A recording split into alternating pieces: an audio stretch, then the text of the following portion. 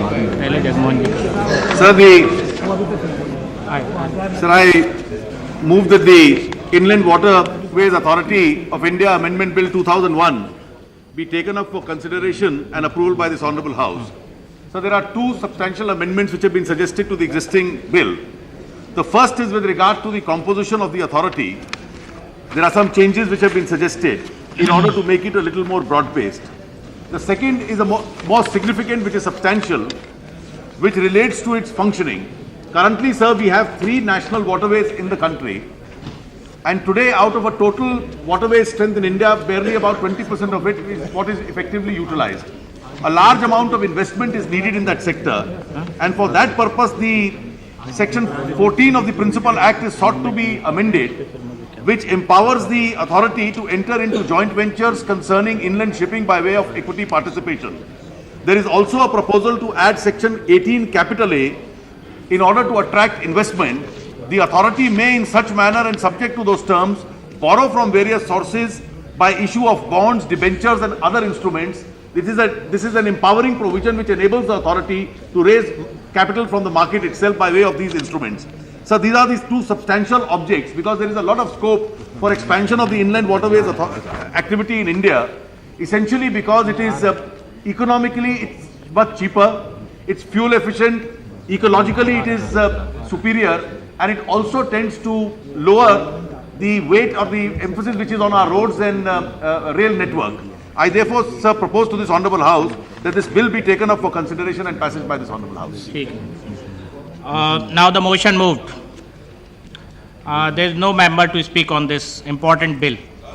Now the question is that the Inland Waterways Authority of India Amendment Bill 2001 be taken into consideration. Those in favour will please say ayes. Aye. Those against will please say no. I think the ayes have it, the ayes have it, the ayes have it. The motion is adopted.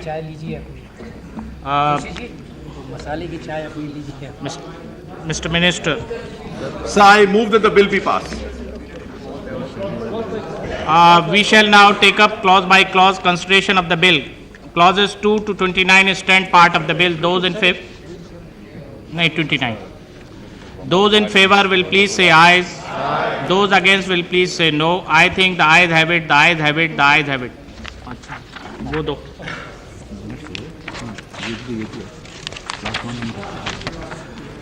Clause 1, the enacting formula and the title stand part of the bill. Those in favor will please say ayes. Aye. Those against will please say no. I think the ayes have it, the ayes have it, the ayes have it. Clause 1, the enacting formula and the title are adopted. Shri Arun Jaitley. Sir, I move that the bill be passed by the Honourable House. Motion moved that the bill be passed. The question is that the bill be passed. Those in favor will please say ayes. Aye. Those against will please say no. I think the ayes have it, the ayes have it, the ayes have it. The bill is passed.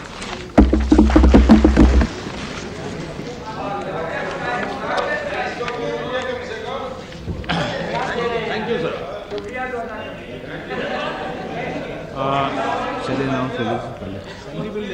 वो ये कह रहे हैं कि member ये कह रहे हैं कि आप टेबल पे रख दीजिए अमेंडमेंट. टाइप हो गया.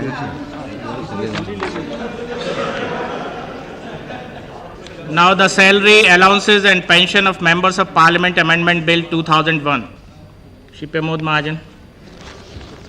Sir, I beg to move that the bill further to amend salaries, allowances and pension members of Parliament Act 1954 as passed by Lok Sabha be taken into consideration.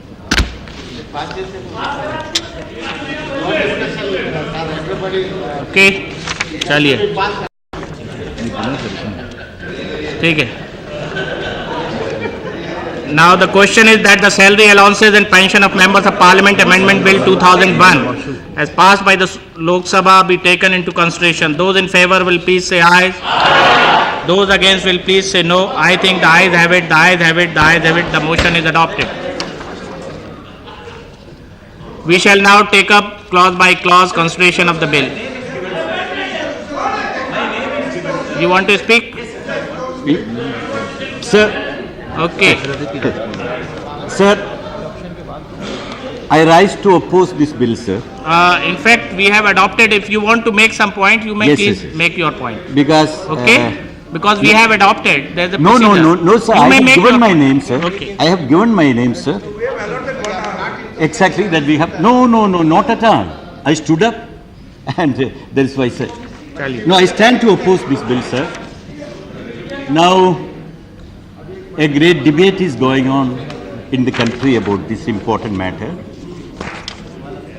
The media, the print media You want to speak?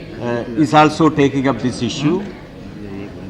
The electronic media also has joined in this debate, and a section of the general public is also joined in this debate. Of course, this is an important issue.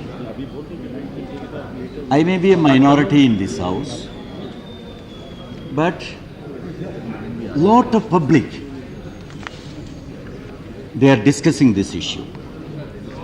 I have to make 5 important points on this matter, sir. First is, from all the press discussions, from all the discussions in the electronic media, and the discussions taking place in different parts, we consider that the mood of the general public is not in favor of this bill. They consider that the increase is too much.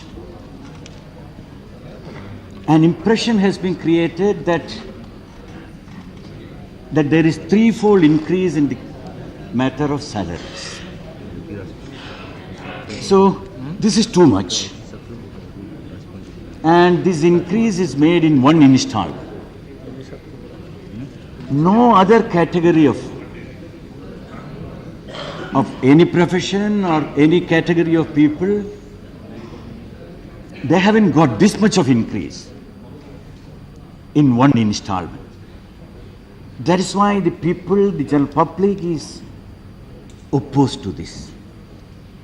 The second is, sir, this is made in an inappropriate time.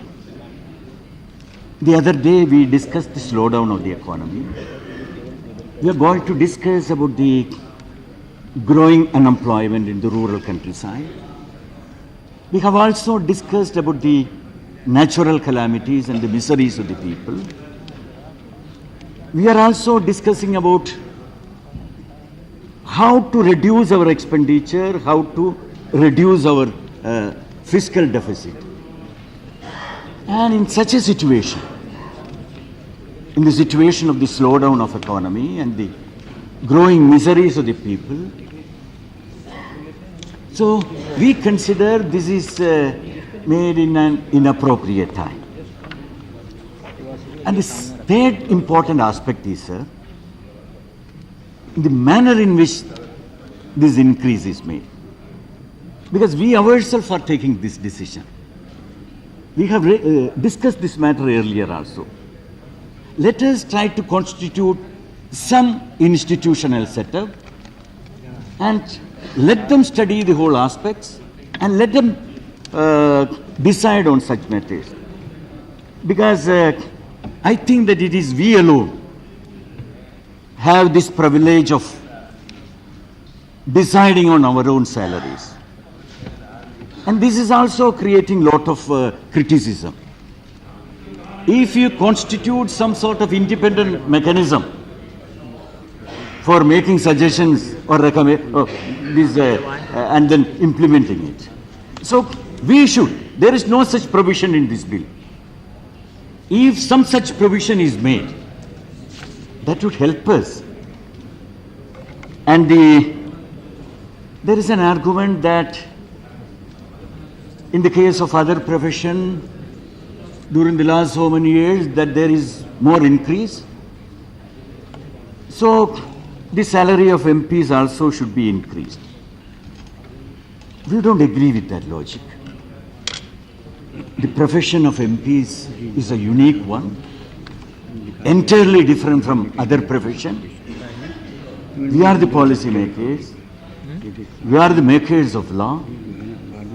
And not only the present, the future of the country, So, our profession is entirely unique. We cannot compare with others. And our salaries and our other things should be how the people see at it, how the people perceive this thing.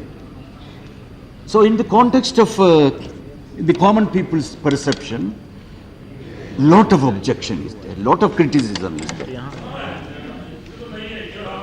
Maybe it may be your view, that it is your view, you may be having your own views on this matter.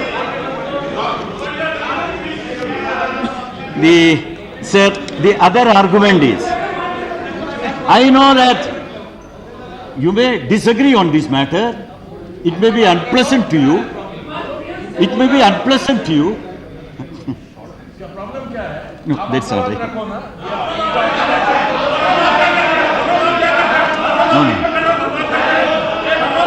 No. Wait. Mr. I'm Basu, making some points, that's all. Mr. Sir, Basu, No, I'm finishing. The other issue is, sir, Please. the other issue is, Mr. Basu, there is other argument that we should try to raise the salary and allowances of the MPs, as in the case of other countries. I don't agree with this logic, sir. Our history, our evolution of the democratic system, our values, the whole situation existing in our country, that we should take into consideration. We cannot mechanically adopt a system from outside. So, because of all these reasons, we are of the firm view that the increase is too much, the increase is made in an inappropriate time. So we appeal to the government to withdraw this thing. And the government also try to constitute some mechanism for making any increase in the case of salaries and allowances in future. With this I conclude. Dr. M.N. Das. Thank you, Chairman Sir. This is a very sensitive bill. And while taking part in debate on this bill, two things come to my mind. One is, one of the fundamentals of democracy, and that fundamental is that out of 100 persons, 99 persons may hold one opinion, but one person may hold a wrong opinion.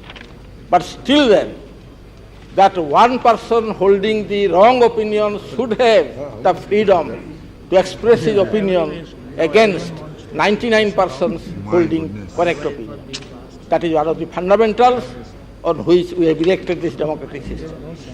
And sir, on any sensitive issue or any issue, there is bound to be difference of opinion. And sometimes majority may uphold one opinion, even a microscopic minority may hold another opinion. But democracy would like that those who support and those who oppose must play their respective roles. Sir, second thing that comes to my mind is, when we talk of a bigger issue like this, we have to think, who are we, what are we, what position do we hold, whom do we represent, whom for do we speak, etc., etc. Sir, it is my personal opinion that perhaps as elected member of the people in Lok Sabha and as elected member of Rajya Sabha elected by the elected members of Legislative Assembly, we must first realize whom do we represent. The Lok Sabha represents the people, we also represent the people. And our prime concern is to know what do the people feel. the duty of any leader, any political leader of any party is to keep his fingers or palm on the pulse of the people. We have to respect what public opinion is. And for the number of days we are going through media reports, we go through the editorials, letters to leaders, I mean papers, newspapers, and also we read articles by eminent persons written in different newspapers. And as we go through the opinion, public perception is against one thing, that the lawmakers themselves should not make law to increase their own salary, increase their own allowance, increase their own amenities, etc. That is the public opinion I am reflecting. Whether I would come to my opinion is derived from the opinion of others as expressed through number of newspapers. We should not forget that. We should not forget that. Sir,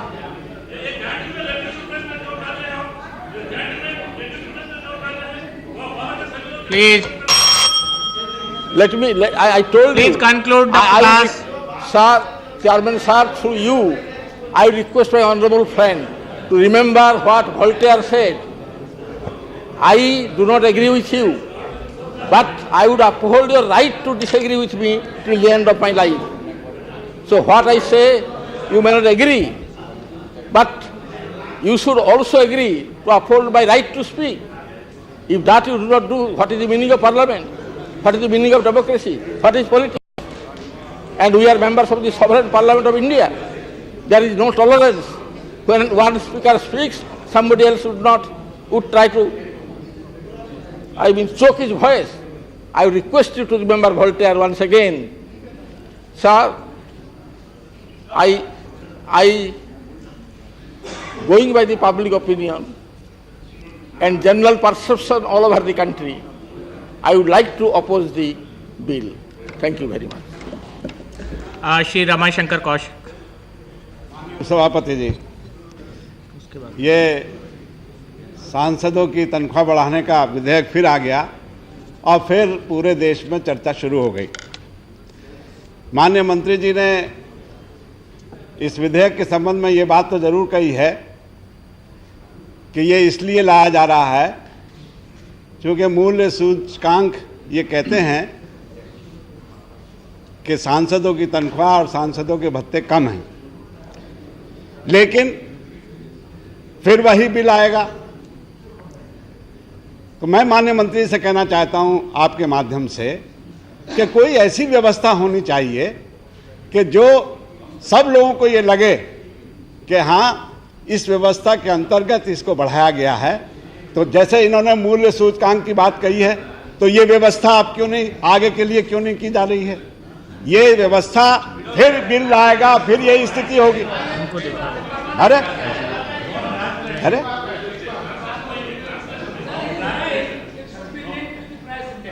मूल्य सूचकांक से ये जुड़ जाना चाहिए, नहीं तो फिर ये विधेयक आएगा।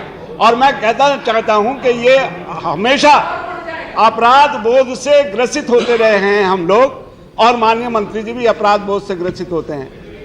मैं ये कहना चाहता हूं कि उन्होंने उस अपराध बोध को खत्म करने के लिए एक व्यवस्था ये की है कि 5 साल तक हम अब नहीं बढ़ाएंगे।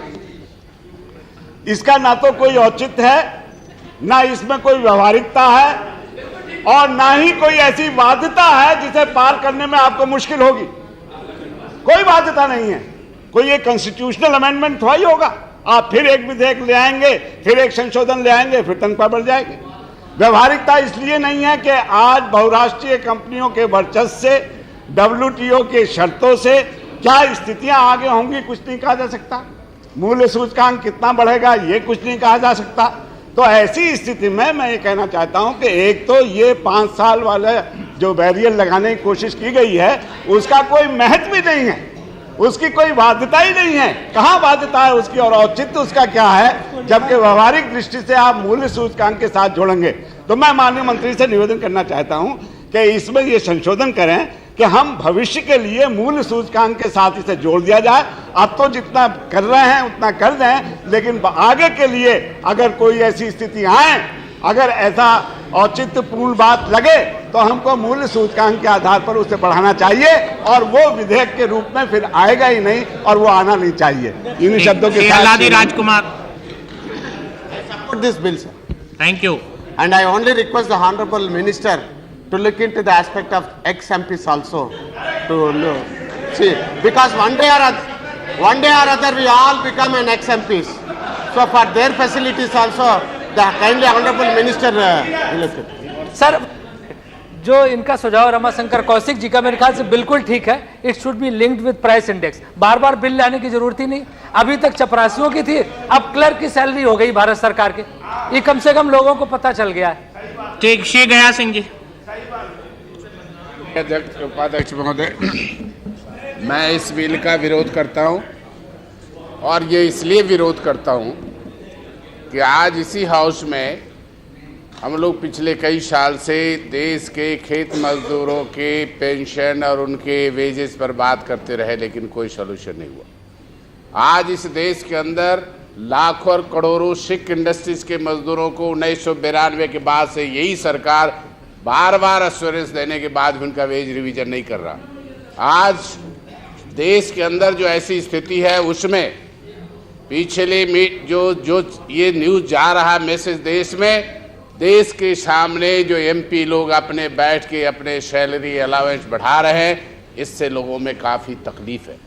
मैं समझता हूं कि आज ज़रूरत इस बात की है कि आप बढ़ाइए, लेकिन आप तीसरे एजेंसी को आप दीजिए जो सारी स्थिति को देख करके वो अगर वेज और अलाउंस अगर तय करता है तो लोगों को उतना एतराज नहीं होगा। लेकिन पार्लियामेंट में हम अपने चीज़ों को बनाते हैं, इससे लोगों को तकलीफ है, और इसीलिए नहीं लेने का सवाल है। बहुत सा चीज़ जो नहीं लेते हैं, हम अपनी भावना नहीं, पार्टी की भावना रख रहा हूँ, और इसीलिए हम समझते हैं कि इस बिल को हम लोग ये समझते हैं, आप ये अमेंडमेंट कर दो कि जो ऑप्शन कर दो, अभी कर दो अमेंडमेंट, हम तैयार है, हम नहीं लेने के लिए। हमारे मंत्री जी को बोलते हो ऑप्शन करो, कि जो लोगों के लिए ऑप्शन होगा ऐसा बनाओ, हम उसके लिए तैयार है, सामने में बोल रहे हैं। इसलिए हम इस बिल का विरोध करते हैं, और हम समझते हैं ये अभी समय नहीं था। धन्यवाद। ठीक है। Shri Nanaji Deshmukh absent. Shri Shankar Rai Chaudhary. Mr. Vice Chairman, sir, I do not have very much to comment. I think the MPs do deserve pay adequate with the living conditions, and I also feel that there is a tremendous adverse impression about us. You may or may not agree with it. I think this adverse impression is not linked to our pay. No. It is linked to our performance. Absolutely correct. And I do believe that while this pay bill, which I support, should come through, but we must lay down certain basic parameters of performance for ourselves. How many days in a year does the Rajya Sabha meet? How many hours a day should it work? Adherence to the established conventions, rules of the House. This should all be laid down and adhered to, because I do not think the people of India grudge us our salary. They grudge us voting ourselves increases, giving the performance we've all been put up. Thank you, sir. Shri R.K. Anand. I would like to associate myself. Not present. Shri Manoj Bhattacharya. Where we go? Sir, thank you very much, sir. I'll take hardly. Some of our members, some of our honourable members have become restless. Please hold your patience. Sir, my question is that the mechanism what has been adopted to introduce this bill is wrong. We should not have adopted this mechanism in this manner. I fully endorse the views as expressed by Honourable Members Sri S.R. Pillai, Sri Gaya Singh and Dr. M.N. Das.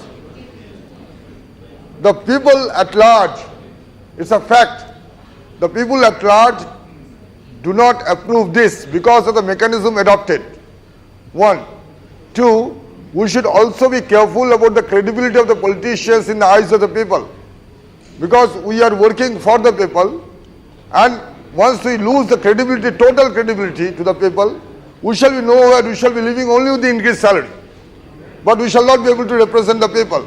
So we should be careful about the perception of the people. The perception of the people is very, very poor as on day, and this will further go down because we have adopted a wrong mechanism in increasing the salary. I don't say that the salary has been increased manifold, and this is enormous amounts the MPs will get.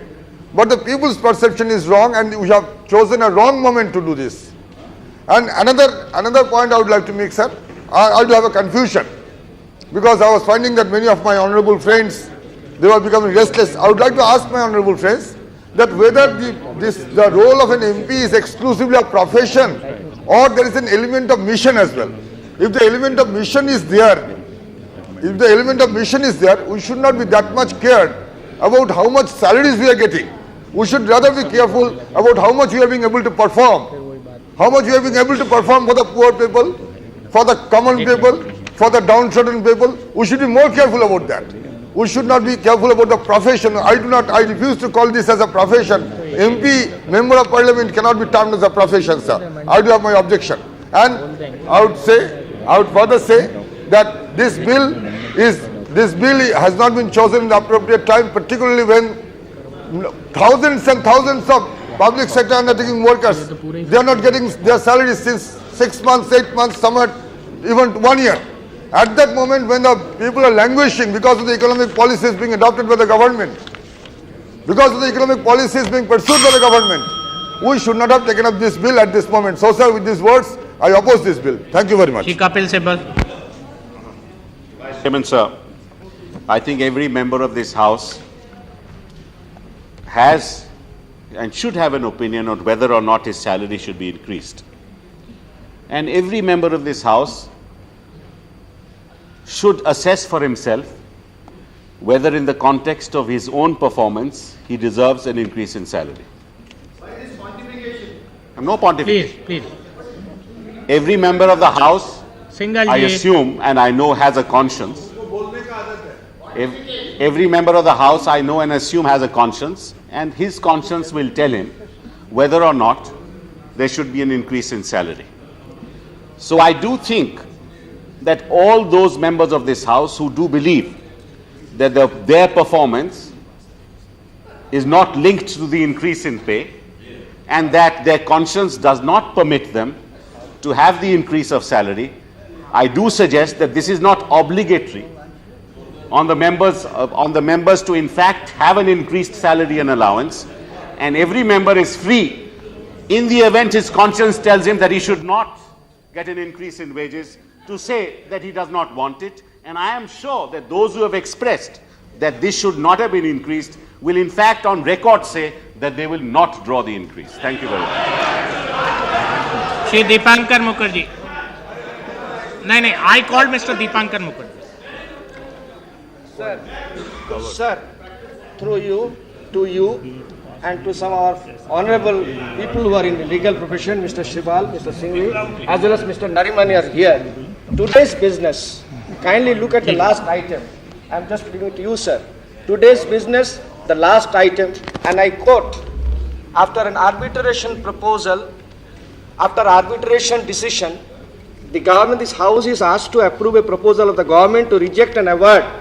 Why?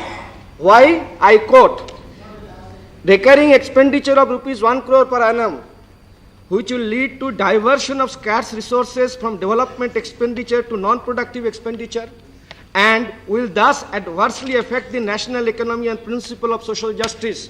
I ask this House, if this is the resolution which you want this House to approve, and before that you want to approve 23 crores, can this House justify, is this social, national economy a principle of social justice and non-productive expenditure holds good for payment under an arbitration award? This cannot be given, but 23 crores can be paid to us. I ask this to you and to the government.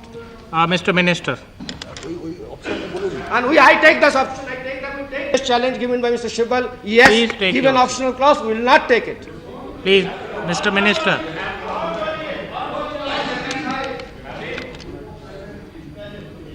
what do you want to say? Mr. Just a minute. Thank you. अरे रुको भाई राजवी जी, हाँ आपकी ज़रूरत नहीं है, ये बात ठीक है। ये कपिल सिब्बल साहब, मैं समझता हूँ, मैं इस बिल के आने पर सिर्फ ये कहना चाहता हूँ कि विलम्ब से आया है, और विलम्ब से आया है, इसको बहुत पहले आ जाना चाहिए था और बहुत कम आया है।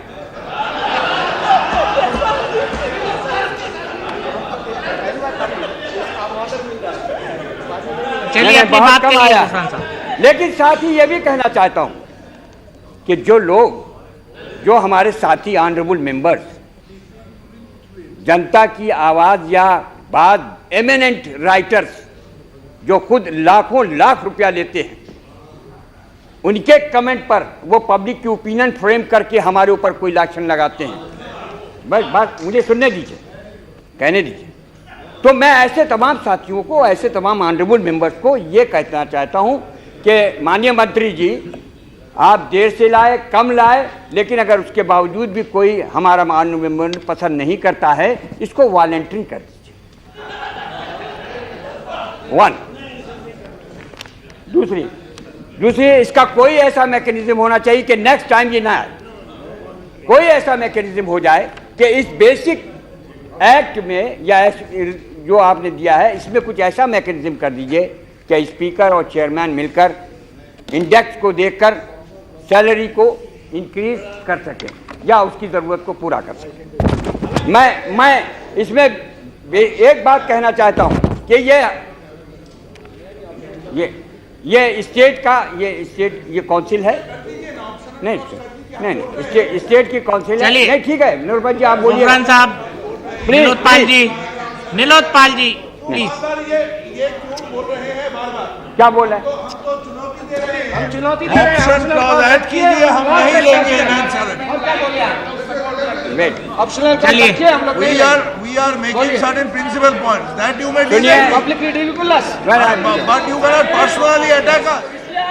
You cannot question our integrity. You are questioning, I know how that comes. You are questioning I know how our that comes. integrity. Dipankar ji, Media. मैं I know how that people come here. Hypocrite नहीं है। नहीं, Dipankar ji please take your seat. Media के लिए ठीक है, please take your seat. बिल्कुल मालूम। बैठिए। माननीय वाइस चेयरमैन, चलिए मिस्टर भट्टाचार्य, माननीय आप वाइस अपनी चेयरमैन बात साहब। जल्दी खत्म करें। नहीं, मैं अपनी बात खत्म कर रहा हूँ। आप नीलोत्पाल जी प्लीज, मैं आहिस्ता से अपनी बात जल्दी समाप्त करिए। जी बहुत अच्छा। जहाँ तक प्रोटोकॉल का सवाल है, आपके प्रोटोकॉल में है कि हम सुप्रीम कोर्ट के जज और सिक्योरिटी लेवल से के ऊपर प्रोटोकॉल पाते हैं जहाँ जहाँ पर हमारा जाना होता है। और आप अगर ये समझते हैं कि कम पैसे से या उसके पैसे की बदौलत कुछ ऐसा नहीं है, लेकिन फिर भी इस काबिल भी ना हो कि वो ठीक से जा सके और आ सके, मैं समझता हूँ ये प्रोटोकॉल के विपरीत है। मैं एक बहुत बुनियादी सवाल पर जाना चाहता हूँ और इस वक्त कहना चाहता हूँ, माननीय मंत्री जी बैठे हुए, एक तो ये कि जो एक्स एमपी हैं या जो पेंशन के सवाल पर ये अलाउंस का बना हुआ, पेंशन में कोई वृद्धि का न करना, जबकि आपने इंडेक्स के सवाल पर ये रेट बढ़ाए हैं, तो जो लोग चले गए हैं उनकी उम्रें भी ज़्यादा हो गई हैं, उनको आज तक वही 2500 का पेंशन का लेवल मिलना, मैं समझता हूँ उनके साथ हम इंसाफ नहीं कर रहे हैं, उनकी तरफ भी तवज्जो करना चाहिए। एक 12 लोकसभा को आपने एक अमेंडमेंट किया था, टेलीफोन के अमेंडमेंट में ये अमेंडमेंट है at section 5 of the housing and telephone facility. मैं माननीय मंत्री जी से कहना चाहता हूँ कि 1 साल में अगर वो मर गया तो 2 महीने तक आपने दिया, उसके बाद पूरे साल का आपने सिर्फ 12वीं लोकसभा के एमपीज को दिया है, जबकि 7वें, 8वें, 9वें और 10वें को जो प्री मैच्योर जो हो गई हैं 9 और 11 लोकसभा, ये प्री मैच्योर हो गई हैं, इनको भी वही फैसिलिटीज दे दीजिए जो 12 लोकसभा के एमपीज को जो अब नहीं हैं उनको दी हुई है, ये फैसिलिटी उनको देना चाहिए। दूसरा, एक्सेसिव को तो आप ले जाते हैं दूसरे में कैरी फॉरवर्ड कर अनयूटिलाइज को कैरी फॉरवर्ड कैसे नहीं ले जाते, जैसा कि एयर टिकट में है, आपको कैरी फॉरवर्ड ले जाना चाहिए, अनयूटिलाइज को भी कैरी फॉरवर्ड ले जाइए, अगर एक्सेस कॉल्स को भी आप कैरी फॉरवर्ड ले जाते हैं। ये मेरे 3 सुझाव हैं। मैं चाहता हूं कि इस पर भी विचार करें और पर्टिकुलरली पेंशन के जो नीचे का स्लैब है उसको जरूर बढ़ाइए। अगर इसमें तिगुना किया है तो उसको दुगना कर दीजिए, तो 5,000 के बेस से वो ऊपर की तरफ सोचे। ये बहुत ज़रूरी है, इसलिए कि वो भी आज का जो महंगाई है, आज की जो व्यवस्थाएं हैं, आज की जो परेशानियां हैं, वो इस पर भी हैं। मैं इसके साथ आपका स्वागत करता हूं और साथ ही फिर अपनी बात दोहराना चाहता हूं और वो ये कहना चाहता हूं, आप देर से लाए, कम लाए, आगे की सूची। Mister minister. क्या बात? उपसभापति जी, चर्चा में जिन सारे महानुभावों ने, सदस्यों ने हिस्सा लिया, मैं सबके पहले उनके प्रति आभार व्यक्त करता हूँ। अच्छा हुआ चर्चा हुई। अगर बिना चर्चा के ये विधेयक पारित होता तो कल सुबह समाचार पत्रों में पहले ये पढ़ता कि बिना चर्चा से इन्होंने अपनी तनख्वाह बढ़ा ली। और चर्चा का दुर्भाग्य ये है इस विधेयक का कि इस विधेयक से सहमत कोई भी नहीं है। कुछ लोगों को लगता है कि बहुत देरी से आया है और बहुत कम आया है, और कुछ लोगों को लगता है ये क्यों आया है और बहुत ज़्यादा आया है। ठीक ठाक आया है और वक्त पर आया है ऐसा कहने वाला सदस्य नहीं है। ये इस विधेयक का दुर्भाग्य है। अब ये सच है कि पिछले 5, 7, 8 दिनों से जब से ये चर्चा चली कि संसद सदस्यों के वेतन और भत्ते बढ़ेंगे, तो समाचार पत्रों में काफ़ी आलोचना हुई। वैसे तो एक सदस्य ने मुझसे शिकायत की कि अजीब मंत्री हो तुम, बढ़ाया तो अभी नहीं, लेकिन अभी तक 3 बार तो तुमने हमारी आलोचना करवा दी। क्योंकि पहली बार आलोचना हुई जब जो हमारी केपी सिंहदेव जी की समिति है और प्रणव दादा के अध्यक्षता में इसकी जो उपसमिति हुई उसकी रिपोर्ट आई, तो पहले तो आलोचना अग्रलेख उस पर लिखे गए कि भी ये क्यों बढ़ा रहे हैं। तो पहले संसद सदस्यों को उसकी फटकार मिली। फिर मंत्रिपरिषद ने इसको जनवरी में सोचा कि इसको फरवरी में लाते हैं। हमने बाद में वो रद्द कर दिया क्योंकि तुरंत गुजरात का महाभीषण भूकंप आया, तो सरकार को और हम सबको लगा कि ये कोई समय नहीं है। लेकिन उस बीच के कालखंड में फिर आलोचना हुई और अब जब हम बढ़ाने जा रहे हैं तो उसकी फिर एक बार आलोचना हुई। अब मैं कोई बहुत पुराना सदस्य नहीं हूं, लेकिन मैं कोई नया सदस्य भी नहीं हूं। इसमें मेरी तनख्वाह राज्यसभा के सदस्य के नाते 4 बार बढ़ी। जिस दिन मैं पहली बार आया था मेरी तनख्वाह 1,000 रुपये थी, तो वो 1,000 से 3 साल में ही 1,500 हो गई। तब भी इसी प्रकार की आलोचना हुई थी जो आज हो रही है। फिर 1,500 के बाद 10 साल के बाद 1,500 तनख्वाह 10 साल के बाद 4,000 हो। तब लोगों ने आलोचना की कि ये बहुत गलत हुआ, बहुत बढ़ा दिया आपने। अब जो 4,000 है उसकी हम 12,000 क्यों कर रहे हैं, मैं थोड़ा तर्क दूंगा। लेकिन अब 12,000 हुई तो लोगों ने कहा 3 गुना हुई। अब मैं ये कह सकता हूं कि आज तक जब तनख्वाहें बढ़ती थी तो तनख्वाहें कम बढ़ती थी, भत्ते ज्यादा बढ़ते थे, ताकि सदस्यों को आयकर के फॉर्म से कोई रिश्ता इसमें ना रहे, इसलिए भत्ते बढ़ते थे और तनख्वाह उसी सीमा में रखी जाती थी जिससे आयकर न देना पड़े। अब पहली बार जब संसद सदस्य 12,000 की तनख्वाह लेंगे तो सबको अब इनकम टैक्स पहली बार देना पड़ेगा। ये हम पहली बार फैसला कर रहे हैं जो 50 साल में नहीं हुआ था। अब इनकम टैक्स दे रहे हैं, मुझे रेट वोट तो पता नहीं है, लेकिन एक सदस्य ने कहा गाली 3 गुना पड़ रही है, पैसा 2 गुना मिल रहा है। तो मैंने उसको पूछा 2 गुना कैसे मिल रहा है? उसने कहा 12,000 में तो 30% इनकम टैक्स कट जाएगा।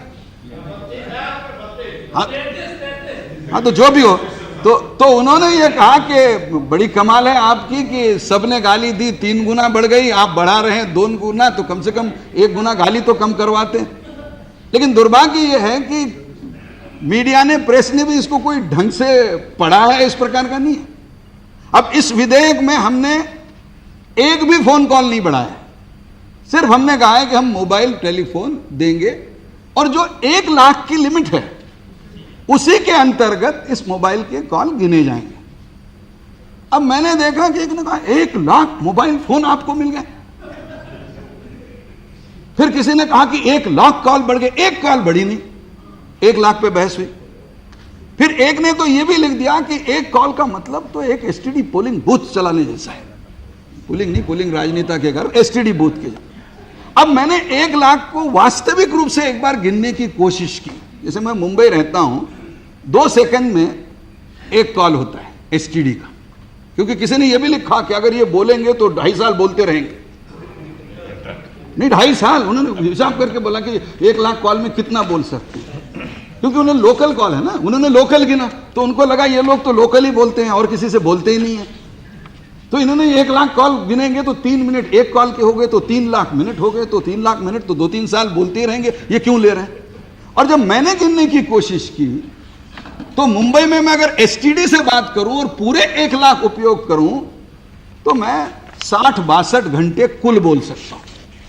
हाँ, मैं चेन्नई में हूं तो 40 घंटे बोल सकता हूं, और एकदम त्रिवेंद्रम में रह सकता हूं तो और कम बोल सकता हूं। और पूरे साल के घंटे होते हैं 8,500, 8,756 घंटे होते हैं। उसमें 1% भी बोलने का अनुमति नहीं है इस 1 लाख के कॉल में। और बाकी बाहर लोग ना जाने, लेकिन संसद सदस्य हम घर बैठकर जानते हैं कि हमारे यहां जितने कॉल होते हैं, कभी कभी उपसभापति जी, लोग आजकल तो वो कॉल का रजिस्टर लेके घूमते हैं कि किसके घर से किसको कॉल हुआ। अब हम सब सदस्यों को मालूम है कि हमारे घर से आधे कॉल तो हम कहाँ हो, कौन करता है, ये किसको पता होता है, मुझे पता नहीं है कि बाहर के कमरे से कौन किसको कॉल करता है। राज्यसभा सदस्य तो थोड़े भाग्यवान तुलनात्मक है, लोकसभा के यहाँ तो जो वोट देता है वो समझता है मैंने एक बार वोट दिया तो इसके यहाँ आके जितने चाहे फोन मुझे करने हो, उसमें कोई पाबंदी नहीं। राज्यसभा के सदस्यों को भी यह तकलीफ होगी, क्योंकि हमेशा हम लोकसभा में जाने की कोशिश करते हैं, इसलिए उसके लिए आवश्यक।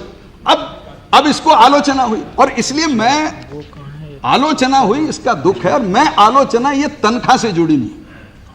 अब किसी ने कहा साहब आपके परफॉर्मेंस से जुड़ी है, ये ठीक है। अब परफॉर्मेंस में भी मुझे कभी कभी लगता है कि हम भी अपने आप को इतना छोटा करके न देखें। मैं लोकसभा में चर्चा में जो उस हाउस में बात कर रहा था, तब मैंने कहा कि इस सत्र में सबने ये लिखा कि लोकसभा ने 27 घंटे एडजर्नमेंट में गंवाए, और मैंने कल गिना है कि लोकसभा में 27 घंटे चले गए और लोकसभा निर्धारित समय से, राज्यसभा तो और बैठती है, 32 घंटे इसी सत्र में ज्यादा बैठी। मतलब 27 घंटे कम बैठी, लेकिन 32 घंटे ज्यादा बैठी। जिस प्रकार के विधेयक हम पास कर रहे हैं और जिस प्रकार का सहयोग सदन के सभी हिस्सों से मिल रहा है, अगर ये 1.5 दिन ठीक चला जाए और हम जो तय किए उतने विधेयक अगर हम पास कर लें, तो ये सत्र हो सकता है कि हिंदुस्तान के इतिहास में सर्वाधिक बिल पास करने वाला सत्र पारित हो जाए। ये भी हम काम कर रहे हैं, ये किसी को मालूम नहीं। दूसरी, काम की व्याख्या संसद सदस्यों की हम लोगों तक समझा नहीं पाए। अब ये सदन भरा भरा होना चाहिए। लोगों को लगता है कि जब वहां जाओ तो भाषण सुनो। अब भाषण देना आनंददायक होता है, हम सब जानते हैं। सुनना कितना कष्टदायक होता है उसका अनुभव आप अभी भी कर रहे हो कि क्यों इतना बोल रहा है, बिल जल्दी से।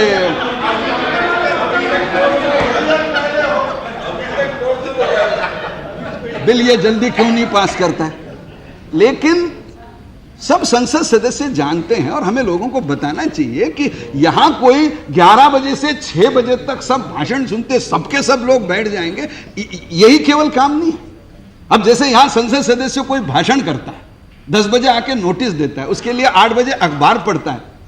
अब अगर बिल्कुल कोई, अब लेबर कोर्ट में उसके गिनने हैं घंटे, तो ये सारे घंटे उसमें गिनने पड़ेंगे। काम की व्याख्या केवल यहां आके भाषण करना इतनी नहीं है। काम की व्याख्या लोगों से संपर्क रखना ये भी है, अध्ययन करना ये भी है, और इसलिए हम हमेशा, मैं मानता हूं कि लोगों की तो हमारे बारे में खराब राय है, मुझे आश्चर्य होता है हमारे अपने बारे में इतनी क्यों खराब राय है कि हम बहुत खराब, इससे और ज्यादा समस्या पैदा हो रही है। इतना आत्मविश्वास हमारा क्यों चला गया है कि हम कोई पाप कर रहे हैं। इसलिए मैं इस बिल को, जो कहते होंगे कि गलत है, मैं उनके मत का सम्मान करता हूं। मत हो सकता है, कोई कह सकता है कि किसी को तनख्वाह मिलनी नहीं चाहिए, वो अपना मत हो सकता है, और मैं मत सम्मान के साथ मैं उनका स्वागत करता हूं। लेकिन मैं किसी अपराध बोध से ये नहीं कर रहा हूं, और इसलिए मैं थोड़ा समय लेकर ये बताना चाहता हूं कि हमने आखिर ये जो किया, अब सबसे पहले मांग क्या उठी है कि साहब आप अपनी तनख्वाह तय करते हैं, इससे लोगों को बड़ा कष्ट होता है। ये सच है, ये सच है। अब हम अपनी तनख्वाह क्यों तय करते हैं?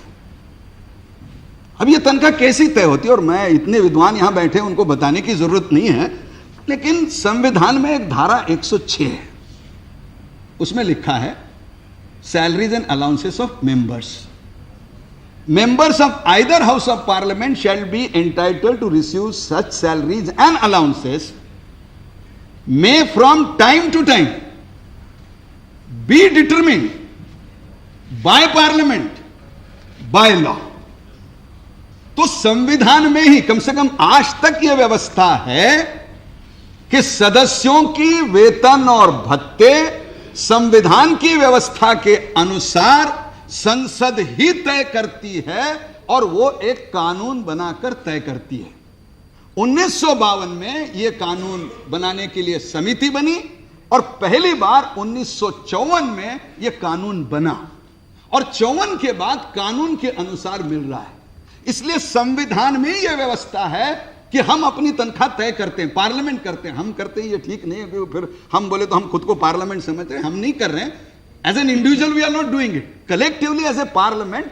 इसीलिए तो आपको याद है एक बार पेंशन की बात हुई थी, राष्ट्रपति ने स्वाक्षरी करने से इनकार किया था, और वो पेंशन नहीं बढ़ी थी। और इसलिए पार्लियामेंट का जो अर्थ है, लोकसभा, राज्यसभा और राष्ट्रपति सब मिलकर जो पार्लियामेंट बनती है वो करती है। लेकिन मैं आपके मत का आदर करता हूं, और मैं ये कहता हूं, मैं तो सभी संसद सदस्यों को लिखने वाला हूं, क्योंकि जैसे मैंने कहा इस बार हम इनकम टैक्स में सबको ला रहे हैं, वैसे पहली बार हमने ये कहा है कि अगले 5 साल तक तनख्वाह नहीं बढ़ेगी, जो भी हम बढ़ा रहे हैं पूरे 5 साल के लिए बढ़ा रहे हैं। ये पहली बार लिखा है, इसके पहले कभी नहीं लिखा था, पहली बार हमने लिखा है कि हम 5 साल के बाद उसका रिव्यू करेंगे। लेकिन मैं सभी नहीं, ये कह रहे हैं ये गलत है, ये कहते हैं इसका मतलब नहीं है। ला सकते हैं, इसकी बाध्यता क्या है? इसको बाध्यता को पार करने के लिए कोई परेशानी आपको नहीं होगी। मैं बताता हूं, जब मैं बता, कौशिक जी आप ठीक कह रहे हैं, लेकिन मैं ये समझता हूं कि संसद जब खुद अपने कानून में ये लिखती है कि हम 5 साल के लिए इसको बढ़ाएंगे नहीं, ये कानून खुद बदल सकती है।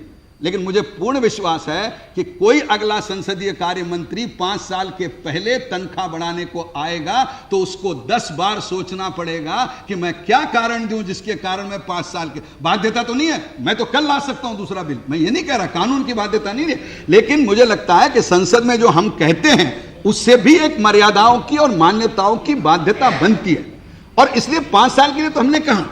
लेकिन जैसे मैंने कहा कि मैं सभी संसद सदस्यों को पत्र लिखने वाला हूं, अभी अपने पास 5 साल है, जिन जिन को यह कष्ट होता है कि कोई दूसरी पद्धति चाहिए, मैं सरकार की ओर से स्पष्ट करना चाहता हूं कि संविधान के अंतर्गत, कानून के अंतर्गत कोई भी अच्छी पद्धति सभी दल मिला के सर्वसम्मति से अगर सुझाव दें तो उस पद्धति का हम स्वागत करने के लिए तैयार है। हमें कोई जरूरत नहीं है कि हम तनख्वाह बढ़ा के जलील हो। अब उसके लिए अरुण जी पीछे बैठे हैं, कपिल जी आगे बैठे हैं, अब उसके लिए संविधान का संशोधन करना पड़ेगा क्या, धारा 106 को बदलना पड़ेगा या हटाना पड़ेगा, क्या करना पड़ेगा मैं नहीं जानता। लेकिन ये जो भी करना पड़ेगा वो स्वाभाविक रूप से 2/3 सहयोग से करना पड़ेगा। तो आप लोग अगर सुझाव दें तो सरकार गंभीरता से, लेकिन सुझाव ये मत दीजिए कि कुछ तो करना चाहिए, क्योंकि कुछ तो करना चाहिए सोच सोच के मैं ये कर रहा हूं, तो इसलिए इससे मेरे पास तो कोई सोच बन नहीं रही। लेकिन इसलिए जिस जिसको लगता है कि कोई नई पद्धति आनी चाहिए, मेरी विनम्रतापूर्वक प्रार्थना है कि कुछ सुझाव दीजिए, फिर हमें कोई ऑल पार्टी मीटिंग में उस सुझाव को रखेंगे और सारी पार्टियां मिलकर, या संसद की कोई छोटी कमेटी बन के सुझाव बना सकती है, और जो भी सुझाव बनेगा इस पद्धति को बदलने का, उस सुझाव का स्वागत है, क्योंकि हम भी ये नहीं चाहते कि लोग ये आलोचना करें कि हम अपनी तनख्वाह बढ़ाते हैं। ये बिल्कुल ठीक है, क्योंकि हम जब औरों की तनख्वाह बढ़ाते हैं तो कोई हमारी आलोचना नहीं करता है, लेकिन जब हम अपनी तनख्वाह बढ़ाते हैं तो लोग आलोचना करते हैं, तो इसलिए मुझे उसमें कोई दिक्कत नहीं। लेकिन मैंने ये कहा, दूसरी बात ये है कि किसी ने ये भी कहा सर कि अब ये बहुत ज्यादा बढ़ा है। अब इस बार मुझे समिति, मैंने कहा ज्यादा कम तो बड़ा विवादास्पद विषय है, मतलब नेसेसिटी और लग्जरी आदमी से बदलती रहती है, इसलिए इसमें मैं ज्यादा कम की मैं क्या व्याख्या करूं, मेरे पास तो इसकी कोई व्याख्या नहीं। किसी के लिए बिल्कुल कम है, किसी के लिए बहुत ज्यादा हो सकता है, या थोड़ी देर ज्यादा लगेगा, फिर बाद में आदत हो जाएगी। मतलब पहला पे पैकेट आएगा तो बड़ा लगेगा, बाद में कुछ दिन के बाद आदत हो जाएगी, तो इसलिए मैं ज्यादा बड़ा चर्चा में नहीं जाता। मैं सिर्फ बताना चाहता हूं कि ये कहां से आए, क्योंकि इसमें बाकी नई बातें हमने कुछ नहीं की। जैसे 400 रुपए हमारा भत्ता था 4 साल पहले, 3 साल पहले तय था, हमने उसको 500 किया। तो स्वाभाविक रूप से मैं समझता हूं कि इसके लिए कोई बड़ा इंडेक्स ढूंढने जाने की जरूरत नहीं है कि 400 रुपए का जो भत्ता था, जिसमें हमको सस्ते का खाना हम यहाँ खाते थे, वो भी थोड़ा महंगा हुआ है, कैंटीन कमेटी ने किया ही है, तो उस हिसाब से हमको सारी चीजें बची। वो मैं जब आया था तो 1 रुपए में बस ले जाती थी, अब शायद बस में 5 रुपया मांगते हैं, मैं तो नहीं जाता लेकिन मांगते हैं बस में 5 रुपया, तो 5 गुना तो बस का भी भाड़ा जो मेटाडोर है उसका बढ़ गया। तो 400 से 500 बढ़ा, मैं नहीं समझता इसमें कोई बहुत बड़ी बात है, या 6000 से 8000 बढ़ा, मैं नहीं समझता इसमें कोई बड़ी बात है। हमने ऑफिस अलाउंस कोई 9000 से 13 साढ़े 13,000 बनाया, अब 13,500 में, जैसे वो 12,000 की तनख्वाह में एमपी तो मिल जाता है, लेकिन उसका पीए तो नहीं मिलता 12,000 में, मतलब उसको, मतलब हम ऐसे किसी आदमी से आज तक नहीं मिले जिसकी तनख्वाह हमसे कम हो, तो इसलिए पीए थोड़ा ही बोलेगा, पीए बोलेगा मैं थोड़ी देश सेवा कर रहा हूँ, मैं तो तेरी टाइपिंग कर रहा हूँ, तो वो तो 12,000 से ज्यादा तनख्वाह मांगती, ये भी अब तनख्वाह एकदम ज्यादा बड़ी लग रही है भाई, 4,000 से। अब मैं बताना चाहता हूं, बार बार इंडेक्स का राजीव जी उल्लेख करिए, 4,000 से 12,000 कैसी हुई? कोई लॉटरी का तय किया ना? और मैं प्रणव दा को सामने बैठे उस हाउस में, मैंने कहा मैं उनको धन्यवाद देता हूं कि पहली बार उन्होंने एक सूत्र के अंदर हमारी तनख्वाह को बांधने का प्रयास किया। और वो सूत्र क्या था? क्योंकि हम कुछ भी करते तो लोग बाप बेटे गधे की कहानी के जैसा आइदर वे कहने वाले मिल जाते, तो इसलिए उन्होंने ये कहा कि हमारी तनख्वाह 1954 में पहली बार तय हुई, तब थी वो 400 रुपए। उन्होंने अहमदाबाद के मैनेजमेंट वालों को बुलाया, इंस्टीट्यूट ऑफ मैनेजमेंट, और उन्होंने ये कहा कि 1954 में 400 रुपए तनख्वाह थी, इसको बेस मानिए, और ये तनख्वाह अगर प्राइस इंडेक्स के हिसाब से, अब साहब जो 400 रुपया 1954 में तनख्वाह हुई थी और वो जिन्होंने की थी, कम से कम हम तो सब सुविधा भोगी इधर आए हैं, त्यागी तो बहुत कम बचे हैं, सब तो तनख्वाह मांगने वाले हैं, देने वाले तो बचे नहीं है अब राजनीति में। लेकिन कम से कम 54 में जो लोकसभा राज्यसभा होगी उसके बारे में तो कोई ऐसा आरोप नहीं करेगा कि वो कोई सुविधा भोगी थे और उनको पैसे की जरूरत थी। मैं तो समझता हूं वो तो स्वतंत्रता आंदोलन से निकले हुए लोग थे, उनके लिए पैसा कोई बहुत बड़ी बात नहीं थी, फिर भी उन्होंने 400 रुपए तय किए।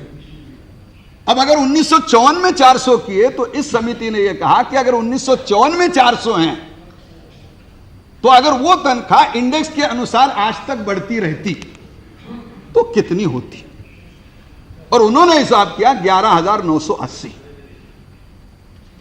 अब हमको लगा कि हम देरी से ला रहे हैं इसलिए 20 रुपए का कंसेशन दे दें, क्योंकि हम 11,980 क्या गिनेंगे चेक पर, तो इसलिए हमने कहा इसको 12,000 बना देते हैं। और इसलिए जो 12,000 तनख्वाह है वो तनख्वाह पहली बार 1954 में, और मैं एक बार हिसाब लगाने की कोशिश कर रहा था, मैंने मंत्रालय को पूछा कि आप कैसे कर रहे हैं, तो उन्होंने कहा सर 1954 में कोई 300 रुपया सॉवरेन, तो मैंने कहा सॉवरेन गोल्ड क्या होता है? बोले नहीं उन दिनों में, क्योंकि हम बड़े 2-3 साल के थे तो हमको मालूम नहीं है क्या होता है, तो उन्होंने कहा नहीं उस समय कोई 8 ग्राम का गोल्ड होता था, उसकी कोई कीमत उस समय 300 रुपए थी, आज 3600 हुई। अब मैं हर चीज की नहीं बताऊंगा कि दूध तब क्या था अब क्या है, चाय तब क्या था अब क्या है, मैं सारा बताऊंगा नहीं, लेकिन ये मतलब हम ये अपराधी माने कि भाई 12,000 हमने कोई बहुत बढ़ाई या नहीं बढ़ाई, 400 रुपए को 1954 को मूल मानकर महंगाई के अनुसार हमने इसको आज 12,000 किया है। इसमें हमने ज्यादा कुछ नहीं किया है। मुझे ये नहीं कहना है कि और किसी को कितना मिली, उनकी तकदीर है। अब जो लिखने वाले को लाखों मिली तो भाई उनकी तकदीर है। अब उस समय 400 को टैक्स नहीं था। अच्छा, अब दूसरी मैं हो गया अमेंडमेंट रेडी। नहीं, मैं थोड़ा ज्यादा भी भाषण इसलिए कह रहा था कि अगले बिल के अमेंडमेंट टाइप हो रहे हैं। हो गया अब वो कहते हैं रेडी है तो मैं इसको कंक्लूड करता हूं सर। एक दो और उसमें छोटे मुद्दे मुझे कहने हैं कि कुछ बातें जो लोग कहते हैं ना, लोग तो कहें लेकिन हम ना कहें। अब किसी एक समाचार पत्र ने लिखा कि इनका फ्लैट है, अगर किराए से दिया जाए तो कमर्शियल इसको 50,000 रुपए मिलेंगे। अब मुझे नहीं समझ में आता, भैया अगर मैं एमपी के नाते यहां काम नहीं करता तो मैं काहे को फ्लैट में जाके रहता, मैं किस लिए दिल्ली को आता, किसी धर्मशाला में जाता। भाई अगर इस देश में 100 करोड़ का देश है, लोग हजारों किलोमीटर से आते हैं और उस एमपी को फ्लैट देते हो, या तो उसका किराया दे दो। कमर्शियल देना है तो फिर किराया लिखोगे तो फिर बोलेगे पैसा ज्यादा दे रहे हो। अब कुछ चीजें ऐसी हैं जो हम जरूरत से करते हैं। नहीं, वो लेते हैं और नहीं दिए तो फिर खिलाफ लिखते हैं। अब लिखने वालों के बारे में तो आप ज्यादा जानते हैं, मैं आपको क्या बताऊं इसलिए मैं क्या बताऊं। और इसलिए कुछ चीजें ऐसी हैं कि जो हमारे काम से जुड़ी चीजें हैं। ये ठीक है कि समाज वो समझता नहीं तो हमको समझाने की कोशिश करनी चाहिए। अंत में मैं केवल इतना कहना चाहता हूं कि किसी ने बड़े आग्रह से कहा है कि भाई ऑप्शन क्लॉज कोई डालो। नहीं सर, नहीं आप ये मत समझिए कि मैं डाल दूंगा मैं उनको कह रहा हूं, आप क्यों सर, आप पे पूरा विश्वास है। लेकिन नीलोत्पल जी, कभी कभी हास्य व्यंग को भी समझ लीजिए। इतना कोई गंभीरता से नहीं बोल रहा हूं। अब मैंने उस हाउस में सोमनाथ दा को बोला कि आप लोग इसलिए विरोध कर रहे हैं कि आपकी सैलरी पार्टी को जाती है और it is anti party activity too. अब इसको आप बड़ी गंभीरता से मत लीजिए। This is just a joke कि भाई सब लोग आप एंटी पार्टी एक्टिविटी कर रहे हैं। आपकी पार्टी को 4,000 की जगह 12,000 रुपए महीना अगले महीने से मिलना शुरू हो जाए और आप कह रहे हैं भत्ते बढ़ाओ लेकिन सैलरी नहीं बढ़ाओ। तो इसलिए, लेकिन इसको ज्यादा गंभीरता से मत लीजिए। इसलिए मैंने कहा कि जो आपको ऑप्शन क्लॉज मुझे किसी को देने, मैं समझता हूं, मैं नहीं समझता किसी तनख्वाह में ऑप्शन क्लॉज होता है और इसलिए I have no intention of giving option clause. लेकिन एक है सर, अंतिम वाक्य केवल इतना कहना चाहता हूं कि अगर कोई दान करना चाहे तो उसको किसी कानून की जरूरत नहीं होती है। देश में बहुत अच्छे काम चलते हैं। प्रधानमंत्री का कोष है, मुख्यमंत्री का कोष है। अगर वो उसमें कोई धन देना चाहे तो हमें कोई आपत्ति नहीं है। बहुत बहुत धन्यवाद। Thank you. The question is, please take your seat.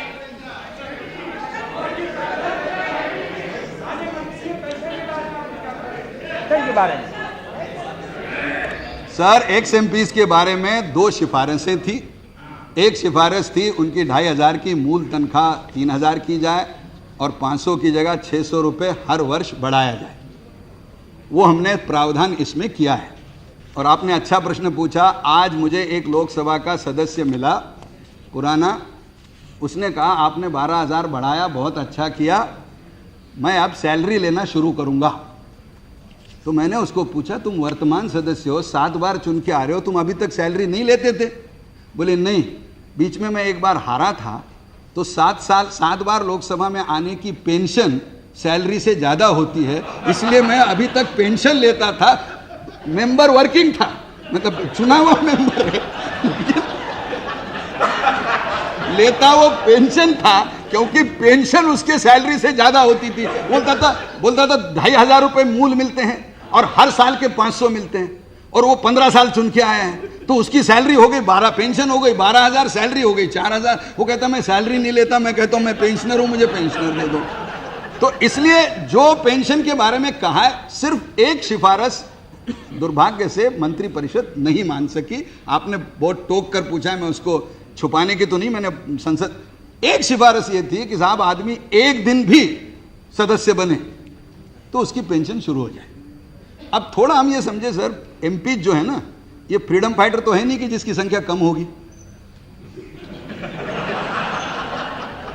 तो इसकी संख्या तो बढ़ती जाएगी। तो एक्स एमपी जो राजकुमार जी कह रहे हैं, इनका क्लब तो एग्जिस्टिंग एमपी से हमेशा बड़ा होगा। अभी जो कानून है उसके अनुसार 4 साल जिसने पूरे किए, इसलिए राज्यसभा का जो साधारण देखना वो तो इसमें देखा ही गया है। इसलिए आपको चिंता कि राज्यसभा के रिटायर मेंबर में बहुत कम ऐसे होंगे कि जो कोई 2 साल की बाई इलेक्शन में आए हों। इसलिए actually this is tilted towards Rajya Sabha कि वो तो प्रॉब्लम लोकसभा को है जिनका डिसोल्यूशन होता है। लेकिन जैसे मैंने कहा कि 2 टर्म भी उसके हुए हो, and 2 term means even 2 days, तब भी उसको पेंशन मिलती है।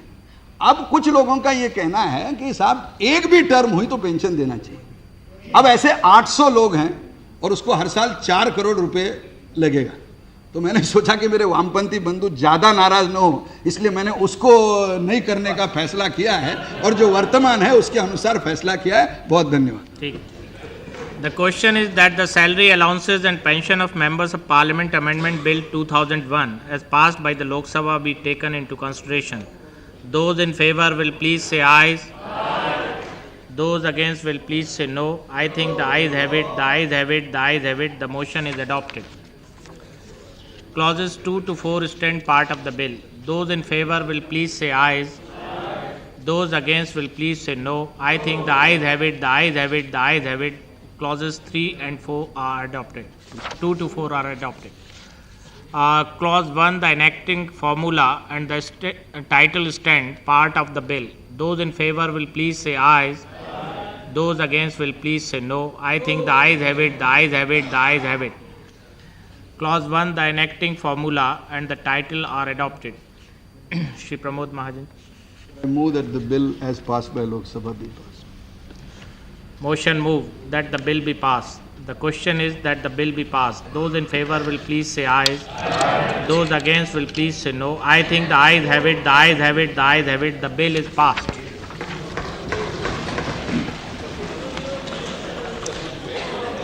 Now the Indian Council of World Affairs Bill 2001. Shri Jagmohan.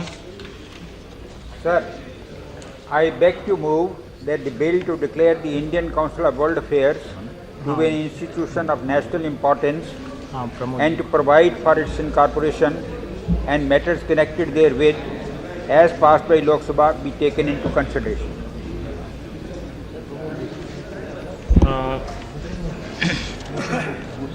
Now the motion moved.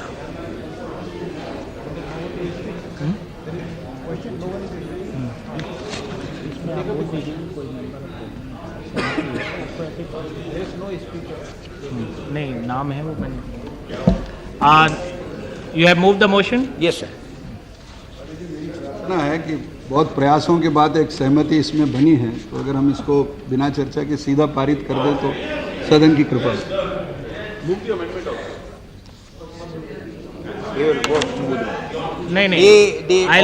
The point is, sir, we have accepted the recommendation standing committees which are made unanimously. You have also, sir, Okay. no need to have a discussion. The question. I'll call him for the same. The question is that the Indian Council of World Affairs Bill 2001 as passed by the Lok Sabha be taken into consideration. Those in favor will please say ayes.